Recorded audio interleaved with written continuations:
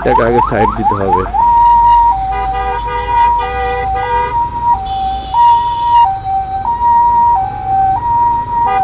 আমাদের দেশে অ্যাম্বুলেন্সকে কখনো কেউ সাইড দিতে চায় না।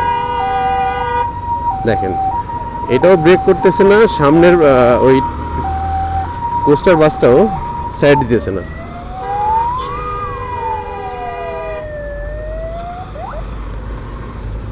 এর পিছনে কারণও আছে, এর জন্য দায়ী আমরা আসলে নিজেরাই। কারণ এই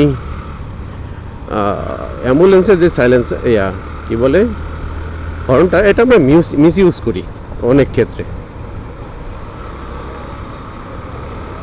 আমার কাছে কেন যেন মনে হইতেছে এইটাও এরকমই একটা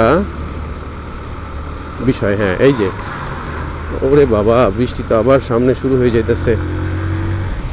এটাও মিস ইউজ হইতেছে আমার কাছে মনে হইতেছে, কারণ সবাই যেভাবে বসে যাইতেছে বাড়ি যাওয়ার জন্য, তাড়াতাড়ি যাওয়ার জন্য। হ্যাঁ, এটা একদম পুরোপুরি মিস ইউজ। এই জন্যই মানুষ অ্যাম্বুলেন্সকে আর সাইড দিতে চায় না। এরা ভিতরে একদম বসে গল্প করতে করতে যে বাড়ি যায় সেটা করতেছে, অথচ পুরো রাস্তা একদম গরম করে ফেলছে বাজাইতে বাজাইতে।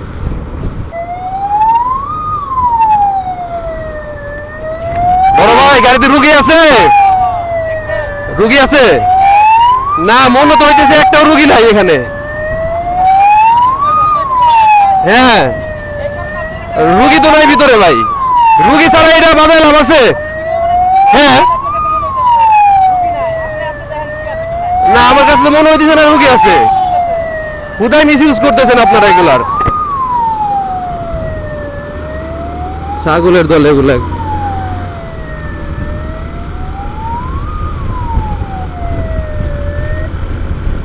ভিতরে হাসতে খেলতে যাইতেছে, মানে গল্প করতে করতে মেকআপ কইরা, আর এর ভিতরে নাকি রুগী আছে।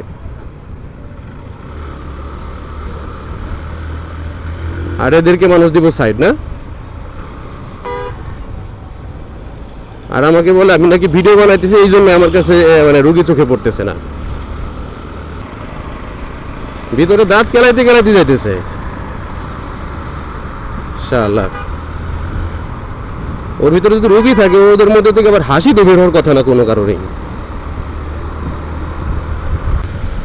এই দেশকে নিয়ে ভালো কিছু করবেন কেমনে কোন? সুযোগ পাইলে যে জিনিসগুলার মিস ইউজ করে, তখন আসলে ওই জিনিসগুলোর গুরুত্ব আর এই দেশে থাকে না।